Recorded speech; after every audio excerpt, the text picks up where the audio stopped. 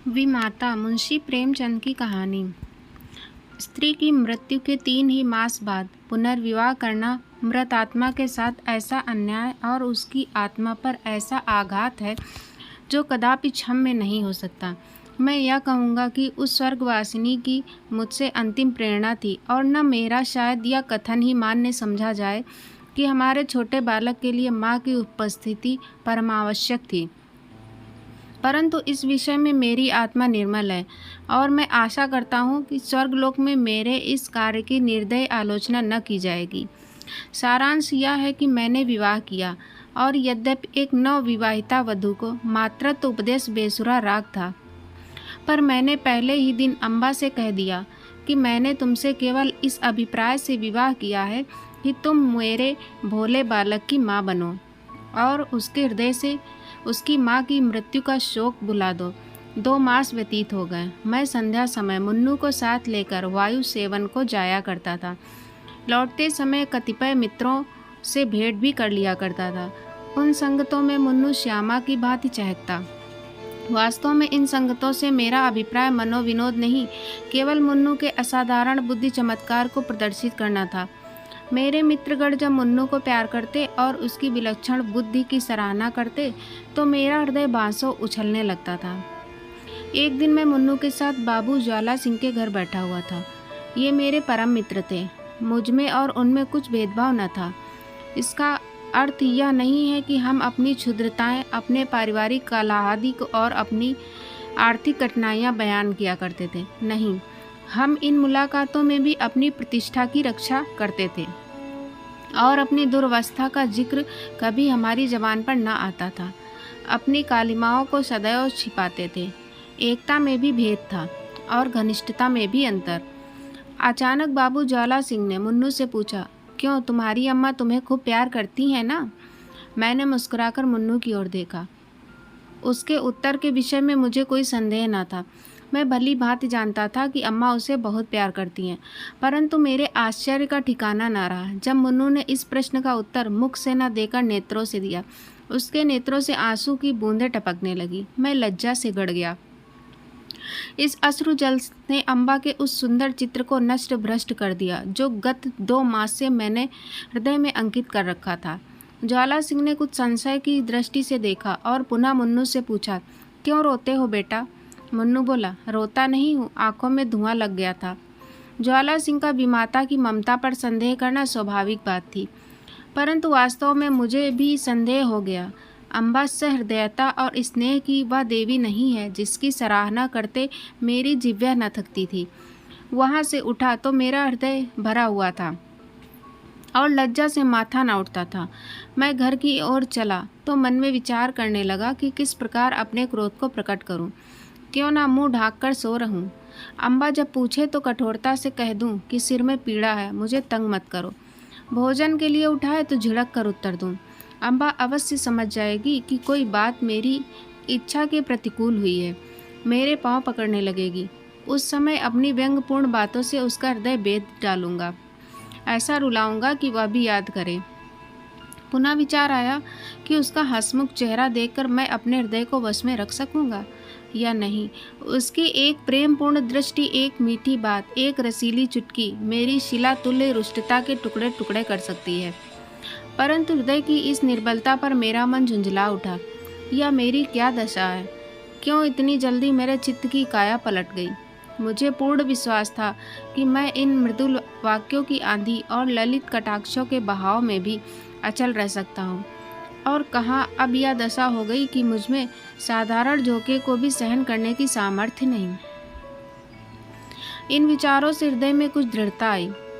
तिस पर भी क्रोध की लगाम पग पग पर ढीली होती जाती थी। अंत में मैंने हृदय को बहुत दबाया और बनावटी क्रोध का भाव धारण किया। ठान लिया कि चलते ही चलते एकदम से बरस पड़ूंगा। ऐसा न हो कि विलंब रूपी वायु इस क्रोध रूपी मेघ को उड़ा ले जाए। परंतु ज्यों ही घर पहुंचा, अम्बा ने दौड़कर मुन्नू को गोदी में ले लिया और प्यार से सने हुए कोमल स्वर से बोली, आज तुम इतनी देर तक कहाँ घूमते रहे? चलो देखो, मैंने तुम्हारे लिए कैसी अच्छी अच्छी फुलौड़ियाँ बनाई हैं। मेरा कृत्रिम क्रोध एक क्षण में उड़ गया। मैंने विचार किया, इस देवी पर क्रोध करना भारी अत्याचार है। मुन्नू अबोध बालक है, संभव है कि वह अपनी माँ का स्मरण कर रो पड़ा हो। अम्बा इसके लिए दोषी नहीं ठहराई जा सकती। हमारे मनोभाव पूर्व विचारों के अधीन नहीं होते। हम उनको प्रकट करने के निमित्त कैसे कैसे शब्द गढ़ते हैं, परंतु समय पर शब्द हमें धोखा दे जाते हैं और वे ही भावनाएं स्वाभाविक रूप से प्रकट होती हैं। मैंने अम्बा को न तो कोई व्यंग्यपूर्ण बातें ही कही और न क्रोधित हो मुँह ढाँक कर सोया ही, बल्कि अत्यंत कोमल स्वर में बोला, मुन्नू ने आज मुझे अत्यंत लज्जित किया।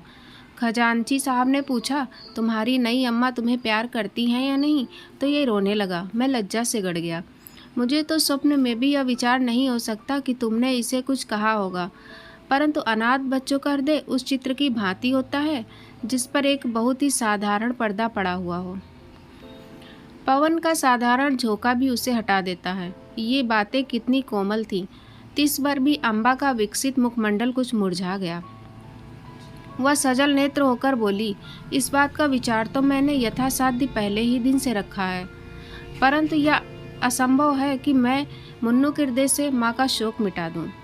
मैं चाहे अपना सर्वस्व अर्पण कर दूं, परंतु मेरे नाम पर जो सौतेलापन की कालिमा लगी हुई है वह मिट नहीं सकती।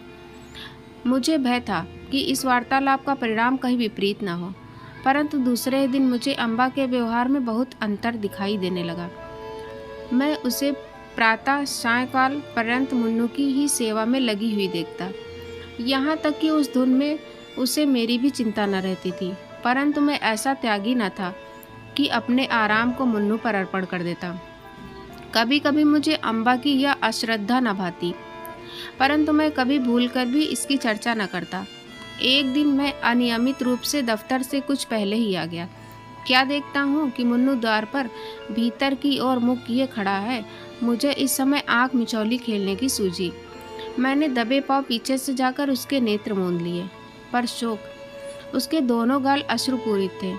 मैंने तुरंत दोनों हाथ हटा लिए। ऐसा प्रतीत हुआ मानो सर्प ने डस लिया हो। हृदय पर एक चोट लगी। मुन्नू को गोद में लेकर बोला, मुन्नू क्यों रोते हो? यह कहते कहते मेरे नेत्र भी सजल हो आए।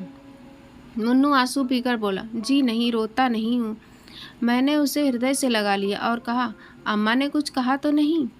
मुन्नू ने सिसकते हुए कहा, जी नहीं, मुझे वह बहुत प्यार करती है। मुझे विश्वास न हुआ। पूछा, वह प्यार करती तो तुम रोते क्यों? उस दिन खजांची के घर भी तुम रोए थे। तुम मुझसे छिपाते हो। कदाचित तुम्हारी अम्मा अवश्य तुमसे कुछ क्रुद्ध हुई हैं। मुन्नू ने मेरी ओर कातर दृष्टि से देखकर कहा, जी नहीं, वह मुझे प्यार करती हैं, इसी कारण मुझे बारंबार रोना आता है। मेरी अम्मा मुझे अत्यंत प्यार करती थी, वह मुझे छोड़कर चली गईं। नई अम्मा उससे भी अधिक प्यार करती हैं, इसीलिए मुझे भय लगता है कि उसकी तरह यह भी मुझे छोड़कर न चली जाए। यह कहकर मुन्नू पुनः फूट फूट कर रोने लगा। मैं भी रो पड़ा। अम्बा के इस स्नेह में व्यवहार ने मुन्नू के सुकोमल हृदय पर कैसा आघात किया था। थोड़ी देर तक मैं स्तंभित रह गया। किसी कवि की यह वाणी स्मरण आ गई कि पवित्र आत्माएं इस संसार में चिरकाल तक नहीं ठहरती। कहीं भावी ही इस बालक की जिह्वा से तो यह शब्द नहीं कहला रही हैं। ईश्वर न करे कि यह अशुभ दिन देखना पड़े। परंतु मैंने तर्क द्वारा इस शंका को दिल से निकाल दिया। समझा कि माता की मृत्यु ने प्रेम और वियोग में एक मानसिक संबंध उत्पन्न कर दिया है और कोई बात नहीं है। मुन्नू को गोद में लिए हुए अम्बा के पास गया और मुस्कुराकर बोला, इनसे पूछो क्यों रो रहे हैं। अम्बा चौंक पड़ी। उसके मुख की कांति मलिन हो गई। बोली, तुम ही कहो, तुम ही पूछो। मैंने कहा, यह इसलिए रोते हैं कि तुम इन्हें अत्यंत प्यार करती हो और इनको भय है कि तुम भी इनकी माता की भांति इन्हें छोड़कर न चली जाओ। जिस प्रकार गर्द साफ हो जाने से दर्पण चमक उठता है, उसी भांति अम्बा का मुखमंडल प्रकाशित हो गया।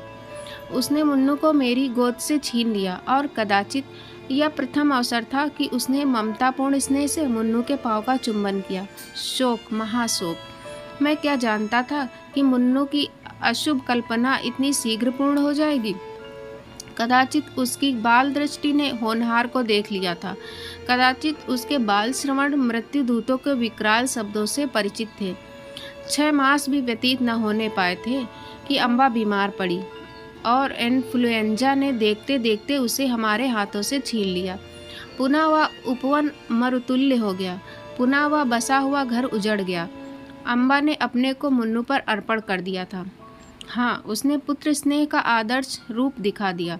शीतकाल था और वह घड़ी रात्रि शेष रहते ही मुन्नू के लिए प्रातःकाल का भोजन बनाने उठती थी। उसके इस स्नेह बाहुल्य ने मुन्नू पर स्वाभाविक प्रभाव डाल दिया। वह हठीला और नटखट हो गया था। जब तक अम्बा भोजन कराने न बैठे मुंह में कौड़ न डालता। जब तक अम्बा पंखा न झले वह चारपाई पर पाँव न रखता। उसे छेड़ता, चिढ़ाता और हैरान कर डालता। परंतु अम्बा को इन बातों से आत्मिक सुख प्राप्त होता था। इन्फ्लुएंजा से करा रही थी। करवट लेने तक की शक्ति न थी। शरीर तबाह हो रहा था, परंतु मुन्नू के प्रातःकाल के भोजन की चिंता लगी रहती थी।